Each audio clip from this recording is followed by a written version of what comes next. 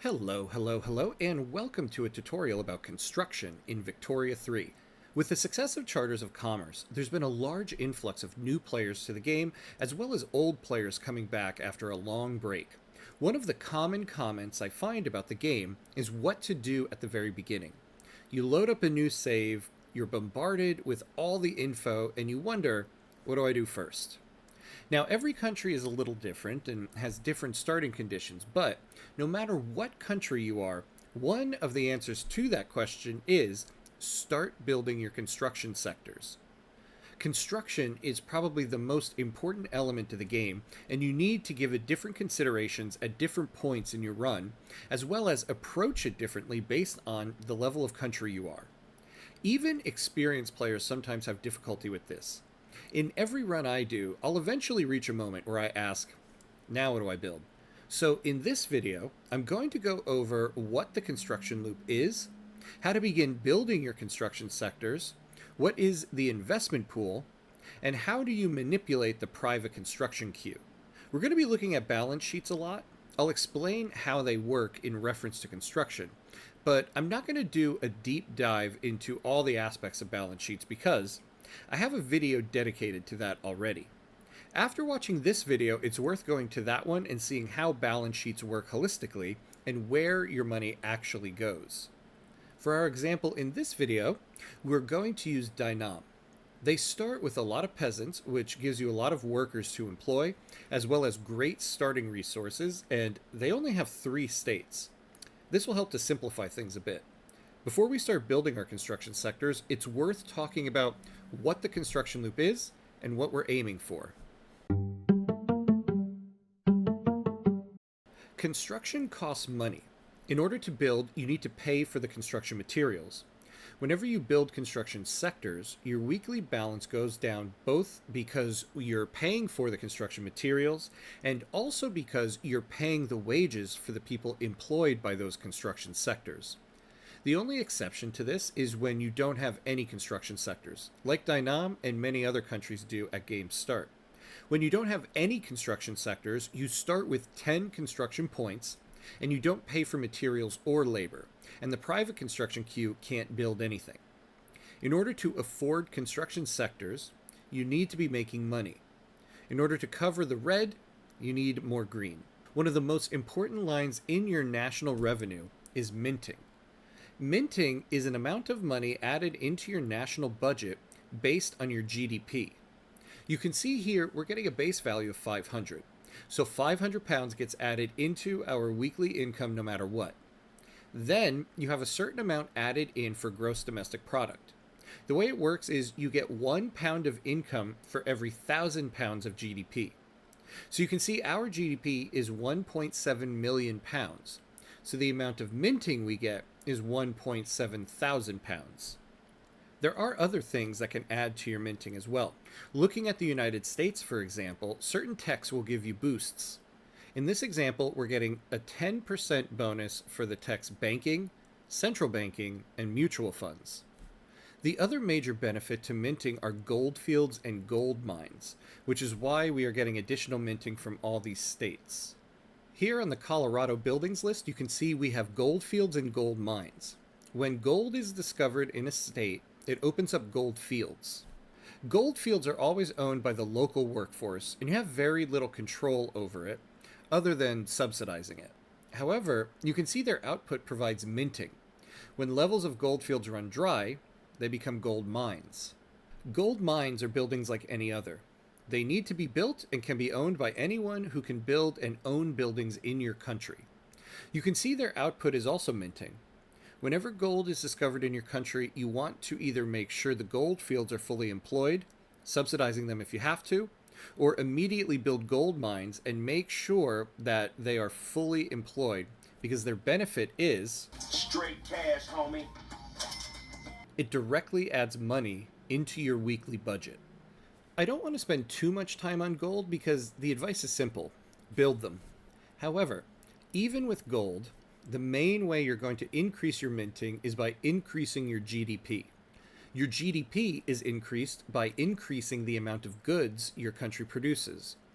So the more profitable buildings you have, the more GDP you'll have. I say profitable buildings and not just buildings because remember, a building must be profitable in order to fully employ. The more a building is employed, the more output goods it produces. The more goods your buildings produce, the bigger your GDP. The bigger your GDP, the more minting you have. The more minting you have, the more budget you have. The more budget you have, the more construction sectors you can afford.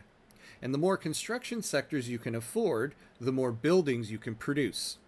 Then, the more buildings you produce, the more GDP you have. This is what is called the construction loop. It's an exponential system, meaning at game start, it works kind of slowly. But as you build more and more construction sectors, the quicker the loop increases. But here's the difficulty. You can't just build construction sectors for the sake of having more construction points, especially if you're a small nation. Once your reserves run out, you start to borrow money and pay interest every week on that loan, thus decreasing the amount of money you have every week. Your interest rate is based on your rank. Your rank is based on your prestige. The higher your rank, the higher your prestige. You can see our current rank is giving us a negative 75% loan interest rate.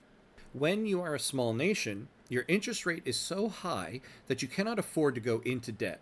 You have to avoid going into debt until you are able to raise your prestige. When you're a large nation, you can afford it more and can incur debt in order to expand your construction sectors. That's why in this video, I'm going to show you how to build your construction sectors as a small nation in a sustainable way. If you can do it with a small nation, you can do it with a larger one. Let's start building. Dynam doesn't start with the tech urban planning, so the inputs for our construction sector will be fabric and wood. So the first thing we're going to do is go for urban planning. Next, we'll go for stock exchange so that we can increase MAPI. We start with the economic system traditionalism. This law is awful for many reasons, and one of them is that it only gives the private sector 25% of our construction points to work with, which means the bulk of construction in our country will fall on the government. The laws available to us at GameStart are either interventionism or agrarianism. To go for interventionism, we need to get off of serfdom. We'll also need to get the industrialists into the government. But at the moment, you can see they're marginalized. We can't try for agrarianism yet because we don't have the tech romanticism. So the next thing we'll add to our tech queue is academia and romanticism. The strategy here is to try to get the industrialists unmarginalized. The way we do that is to build urban buildings and sell them to the private sector. This will give the industrialists more political clout from wealth. If we can get them unmarginalized and into government, we can go for interventionism. If we research romanticism first, then we'll go for agrarianism, whichever one comes first. To add our first construction sector, you can see we will need 25 fabric and 75 wood. Right now, we don't have any cotton plantations or logging camps in our country. You can see our market says we have plus 69 fabric and plus 5 wood. You don't want to rely on these numbers because they're both coming from subsistence farms. You can see the subsistence rice paddies in Annam are producing wood and fabric. However, as you build buildings, people will leave these subsistence farms and the output goods here will decrease. So the amount of wood and fabric you're getting here is not reliable. You need to build cotton plantations and logging camps to supply your construction sectors. We need to start off with at least 2 construction sectors. This is because once we build our first one, 25% of the construction points will go to the private sector. Right now we get the full 10 because we don't have any construction sectors. We need to make sure we stay at 10 construction points for government construction, because if we have less than that, it's going to take forever to build anything, and we'll go into debt before we can finish building the logging camps and cotton plantations. If we build 2 construction sectors on the PM of wooden frame buildings, we'll have 10.5 points of construction for the government. That's because we have a base construction of 10 points. Each construction sector currently adds 2 points of construction. So 2 construction sectors will bring our total up to 14 points. We keep 75% of those points. 14 times 0.75 equals 10.5. If we only built one construction sector, we would have a total of 12 construction points. 12 times 0.75 equals 9. We would have less construction points than before we started. But two construction sectors means we're going to need a total of 50 fabric and 150 wood. One cotton plantation will provide 40 fabric, so that'll cover us for two construction sectors. However, one logging camp only provides 30 wood.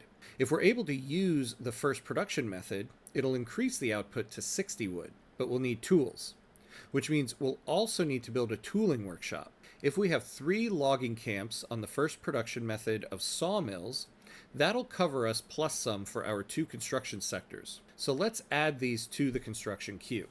We'll build our construction sectors in Annam. This is because they have logging camps, cotton plantations, but they also have iron mines. Eventually, when we research urban planning, we're going to move to iron frame buildings in the construction sectors. We want to keep all the input goods for the construction sectors in the same state. Keeping all of the input goods as local goods will decrease the price of those as input goods for the construction sectors. And you want to keep the prices of your construction goods as cheap as possible. So this state is perfect for our construction sectors. We'll add 2 construction sectors, 1 cotton plantation, 1 logging camp, 1 tooling workshop, and then 2 more logging camps. So here's what our initial construction queue looks like. But here's the problem. Once we finish building this first construction sector, we start paying for the input goods for construction and the wage costs. If we build 2 construction sectors first, our national budget will go into the red at a rate where we will go into debt before we have time to finish building all of these buildings. Remember, we need all of these buildings to cover the materials needed for these 2 construction sectors.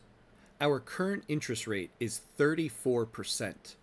Our debt will quickly spiral out of control before we have time to finish building all of these buildings. The first tutorial I made was one called How to Play as a Small Nation in Victoria 3. In that video I say, as a small nation with a high interest rate, you have to build all of your construction materials before you build your first 2 construction sectors. With the 1.9 update and the implementation of trade centers, that has changed now. With a trade center, you can import goods, and the construction sector can buy those imports at local prices, keeping the price down. This changes the initial construction strategy. Now the first building we want is a trade center. If you build a trade center first, you can build your construction sectors next and then work on the construction materials. But we want the trade center in Annam so that the construction sectors can buy the goods at local prices. Luckily, we already have a port in Annam, so we'll add 1 trade center. We'll want to add the trade center to the top of the list so that that gets built first before the construction sectors. You can quickly do this by holding down the Alt button on a PC or the Option button on a Mac and clicking this up arrow. As a small nation, this is what you want your initial construction queue to look like. With this setup, you can begin your construction sectors and activate your private construction queue. Remember, we're on traditionalism. That means after we build these 2 construction sectors, we'll have a total of 14 construction points. Under traditionalism, the private sector only gets 25% of that. That means the private queue will only have 3.5 construction points to work with. That's hardly any. So you can't rely on your private construction until you switch off of traditionalism and switch to iron frame buildings. But it will get them started, and more importantly, it means the private sector will be able to buy our buildings. We want our weekly budget up top to be slightly in the negative. Stockpiling money isn't good. If you find yourself in the green by over 1K, this means you can afford another construction sector. Let's say by the end of this build queue, our budget is at plus 1K. It probably won't, but let's say it is. That means you can afford a 3rd construction sector. Add that construction sector and then add an additional logging camp and maybe a cotton plantation as needed. So, like I said before, this is a good starting construction queue for a small country. There are two other situations to consider. Congo has a similar starting situation to Dainam. A lot of peasants, great starting resources. However, they start off with the trade policy of isolationism. With this law, you can't build trade centers. This is a really bad starting situation to have. That means with Congo, you really can't build your construction sectors first. Your initial construction queue should look like this. Here, we're building our construction materials before we build our first construction sectors. It means it's going to take us some time before we can activate our private sector. If you are a great power, major power, or a high ranking minor power, then the only change I would make to this list is you don't have to go for the trade center first. You can start with your construction sectors. This is because you have a much lower interest rate and can afford to go into a little bit of debt while you build your input goods. However, I still think it's a good idea to build a trade center after these initial goods. When looking at your construction queue, you'll sometimes see your construction points and the estimated time of completion are in red. This means you have a construction inefficiency. If you put your mouse over it, the tooltip tells you we have a negative 10% construction efficiency in this state. That's because the state of Annam has the state trait of Indo-Chinese forests. You can see it gives us a plus 10% throughput on logging camps, which is great. However, it also gives us a negative 10% to state construction efficiency. The tooltip shows you what this means. It takes 100 construction points to build a trade center. We create 10 construction points a week. Since we don't have any construction sectors yet, we get those full 10 points for government construction. So each week, 10 points gets added to this target of 100. However, because of our negative 10% construction efficiency, we lose 10% of those points. So each week we only get 9 points of construction. 100 divided by 9 equals 11.1 repeating, which is why the game is estimating it will take us 12 weeks to finish it. In the 12th week, we'll only need one more point of construction to finish the building. So the other 9 points will go to the next item on the construction queue, the first construction sector. You can see why a construction inefficiency is bad. One way you can counter this is with decrees. If you click on the political lens, it will bring up your list of decrees you can add to each state. With the first one, road maintenance, it adds a plus 10% state construction efficiency. If we add this to the state of Annam, you can see the numbers here are no longer red. In this first week, we still only get the 9 points. But if we unpause the game, in the second week, it returns to a full 10 points. We've added 9 points of construction already, so we need 91 more points to finish the construction. That's why the estimate is still 10 weeks. After the 9th week, we'll have 99 total construction points added. So in the 10th week, the trade center will take 1 construction point, and the remaining 9 will be added to the next item on the list, the first construction sector. There are a few ways you can add to your construction efficiency. One way is with excess bureaucracy. You can see here Chile has an excess of 207 bureaucracy. This is giving them a plus 10% state construction efficiency. So for every 10 points of construction Chile uses, they get 1 point added to the construction queue. Not bad considering. All their states have the state trait of the Andes, giving them a negative 10% state construction efficiency. This excess bureaucracy counters that without needing to use the decree of road maintenance. A word of caution, though. You gain bureaucracy through government administration buildings. In order to get this excess bureaucracy, we need at least 3 government admin buildings on the third production method, causing us to spend money on paper and wages. This government admin building adds a cost of 2.54K to our budget. So basically,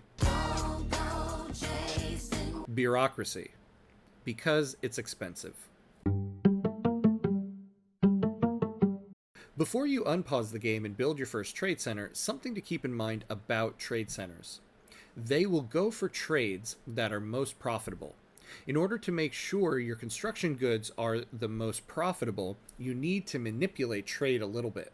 Looking at your luxury goods list, you can see all these goods that have a plus 75% price. These goods are very expensive in your market right now, and the Trade Center will go for those first. You want to make sure the Trade Center is not importing these goods while you build the initial construction sector's goods. Click on each good and add maximum tariffs to them.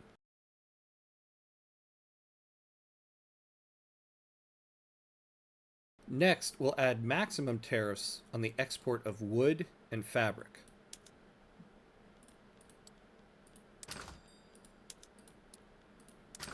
To be clear, these tariffs are not things we're going to keep for a long time, only until this initial build queue is done. We need the trade center to bring in the goods for the construction sectors until we can create it ourselves with these buildings. Once this build queue is finished, we'll return to normal tariffs. Before we unpause the game, there's one thing to note, and that's the amount of battalions we have. 55 is a lot. When we look at our national expenses, we see we're paying 4.57K in military wages. This is also a lot. This situation is unique to Dynam because they start with these 55 battalions. But it's something to keep in mind for your own runs as well. It can seem tempting to build up a strong military and spam a bunch of battalions, but each battalion costs money, both in goods and wages. Right now, we don't have a cost for goods for military buildings because those 55 battalions are all irregular infantry, which have no input goods. But they do have wages, and we can't afford to spend this much on our military right now. Even if someone attacked us right now, you can see irregular infantry only gets plus 10 points of offense and defense. This is essentially useless. So having this many irregular infantry battalions is pointless. Keep this in mind while you build your construction sector. What are you spending your money on, and do you need it? Until we get line infantry, we can probably go with 20 battalions. And even that is being generous. So we will decrease this down to 20.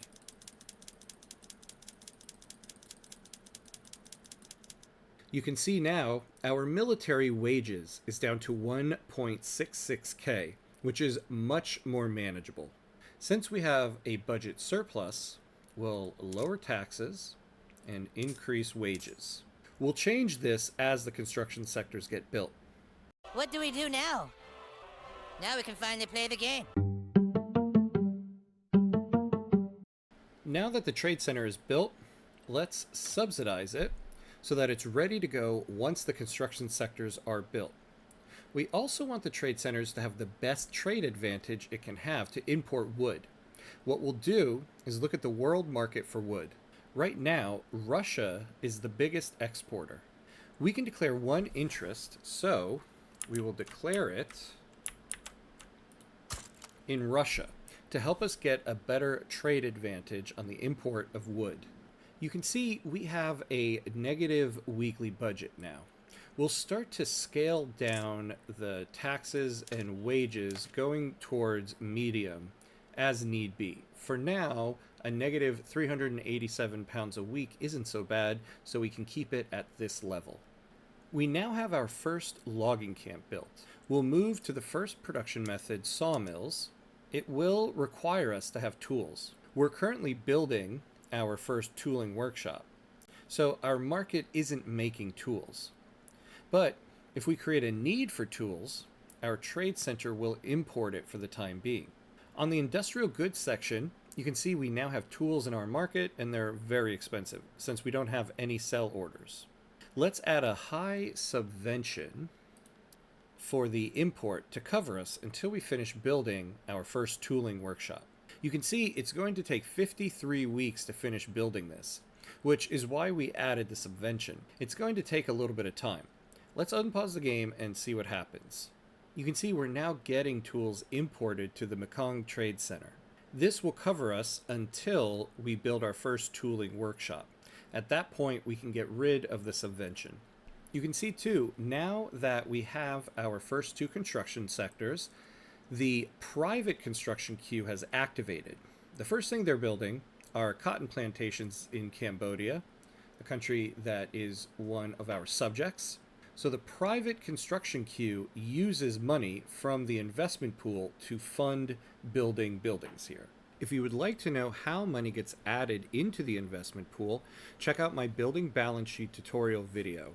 There are a couple things that are considered when the investment pool is deciding on what to build. First, they will look for what will be a profitable building. There are basically three types of owners that get to build in the private construction queue. Those are manor houses, financial districts, and companies. You can see right now we have many more manor houses than financial districts. Generally, financial districts will build urban buildings, and manor houses will build agricultural buildings. There are exceptions to this, but this is generally how it works out. The investment pool will give priority to whoever is contributing the most to the investment pool.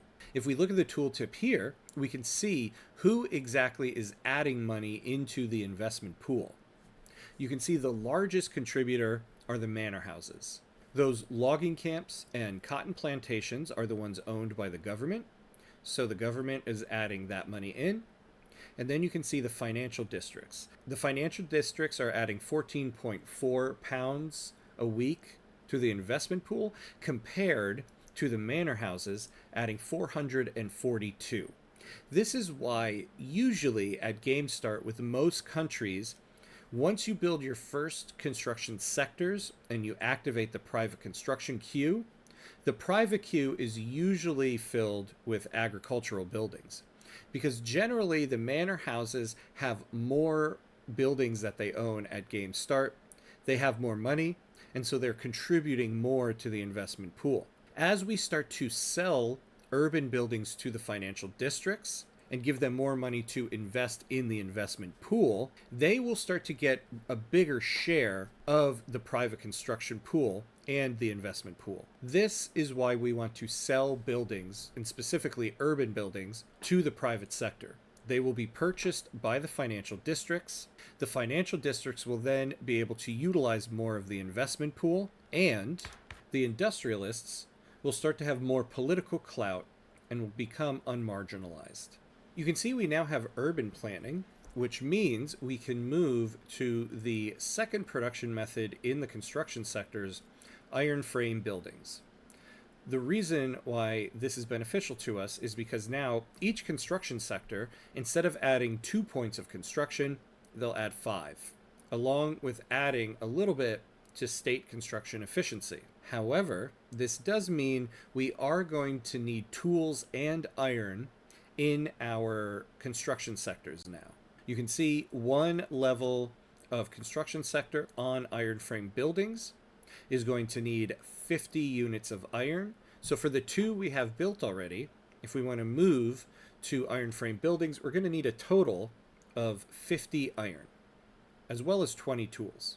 One level of iron mine will add 20 units of iron. So in order to get enough for 2 construction sectors, we're going to need 5 of these. So we'll add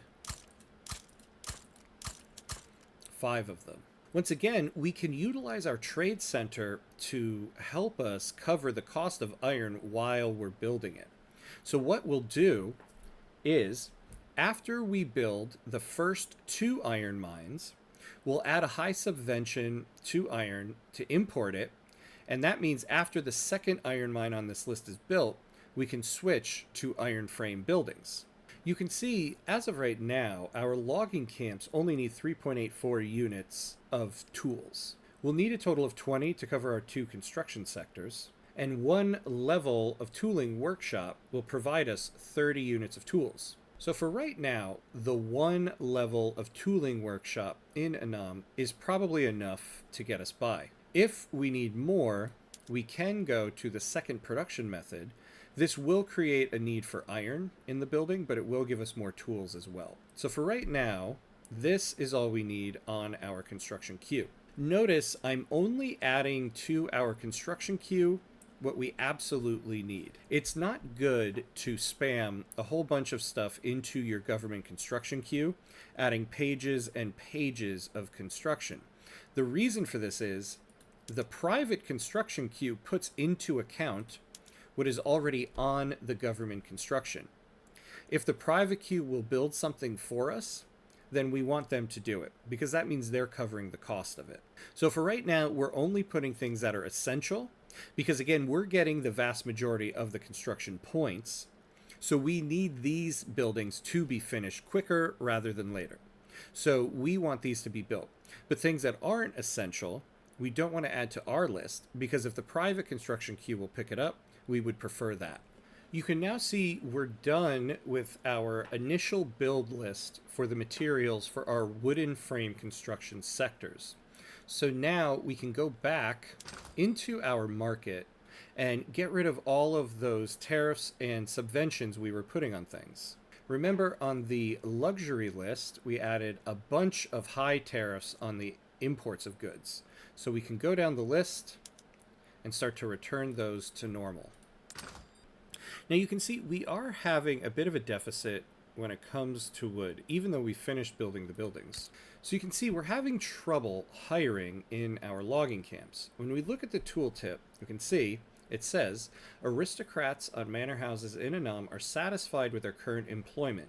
353 qualifying for machinists. Because we added this production method, it created the need to employ machinists, which have a higher level of qualifications than general laborers. We have to increase qualifications in the state. A very quick way to do that is to add promote social mobility, because it adds 25% qualifications. So we'll add that to the state.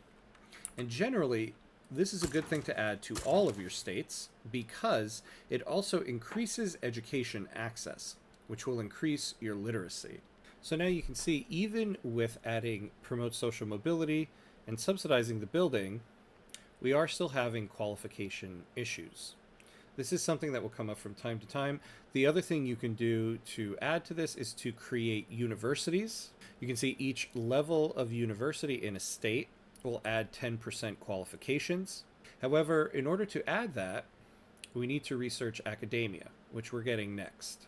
The way to counter this would be to go back to the first production method. Then the building will fully hire. So, what would be more beneficial? Keeping this production method right now with 60 units of wood, or getting this building to fully hire with the lower production method? Remember, the first production method will give us 30 units of wood per level, and we have 3 levels built. If this fully hires, we'll be able to output 90 units of wood from this building. So in this situation, it's more beneficial to us to go back to the first production method and wait until we get academia and can build a university in this state in order to help more people qualify for the higher production method.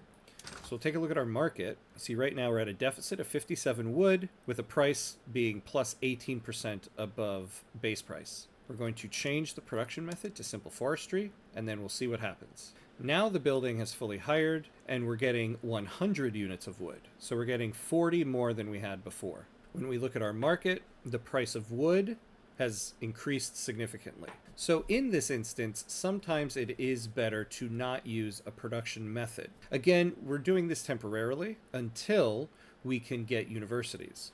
And so it will be beneficial to us to not tariff imports on wood in order for our trade centers to continue bringing some of it in if needed. Remember, we can see here under wood in our market, we are getting a little over half of it from subsistence rice paddies. As our buildings build, this number is going to go down, so we will need some level of trade.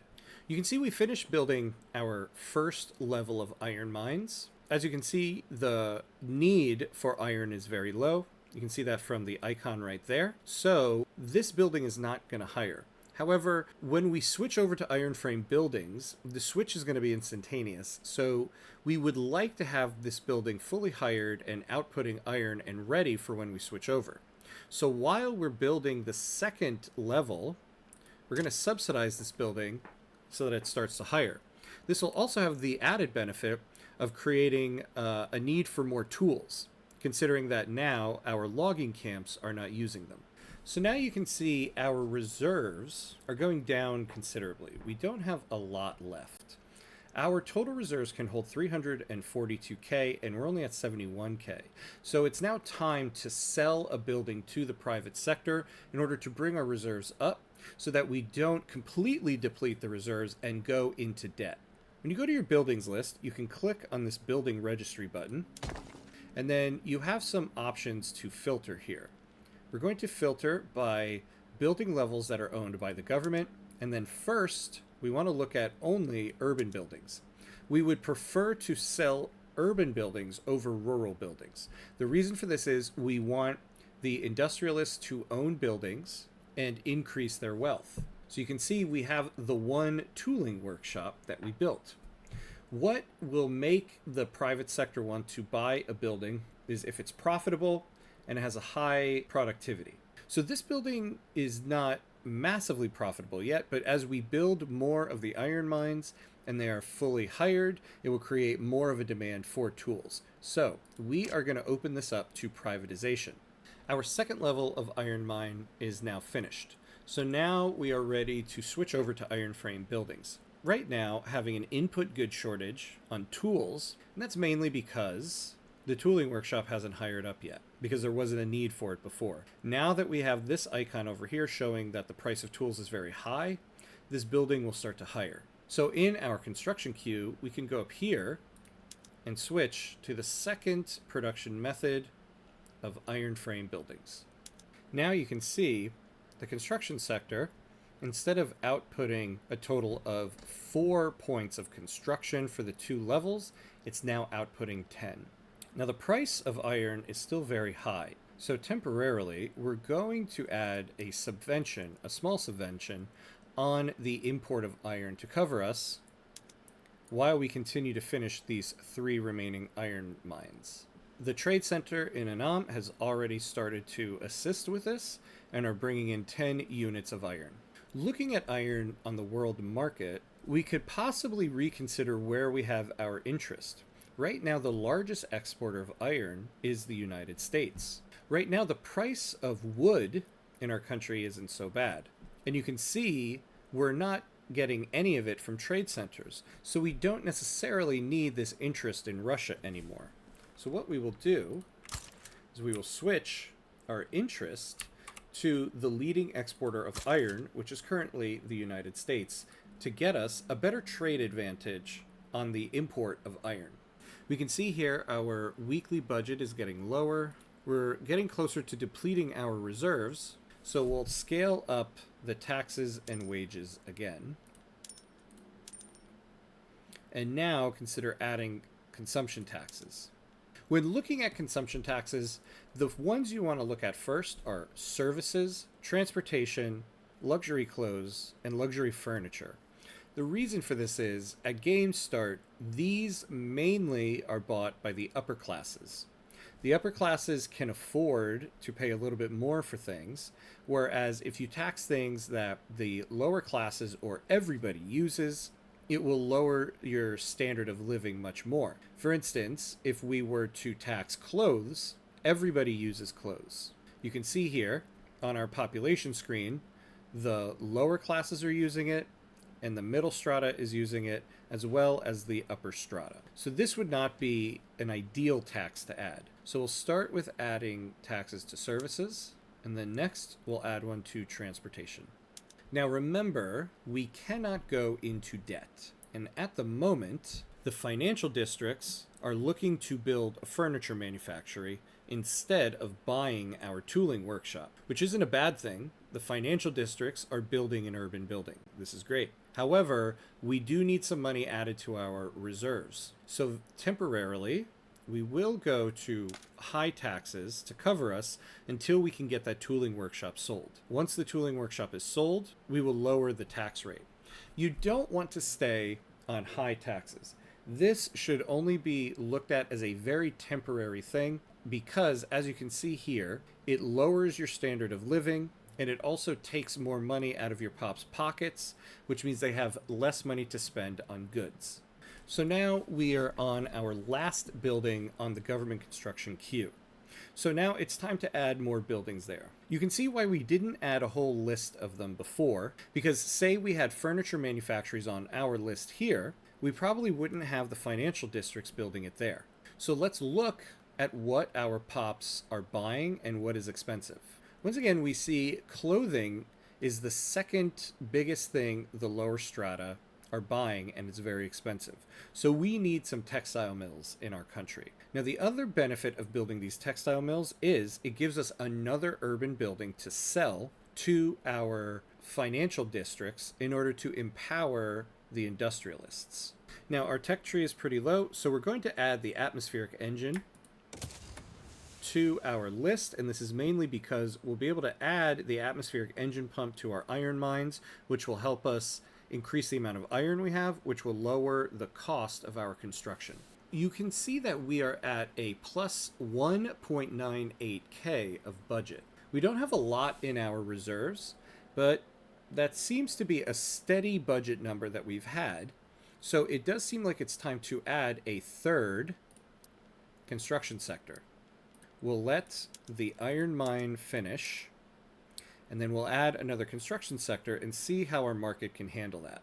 So now we've added and fully hired our third construction sector, and we can see we have some expensive goods.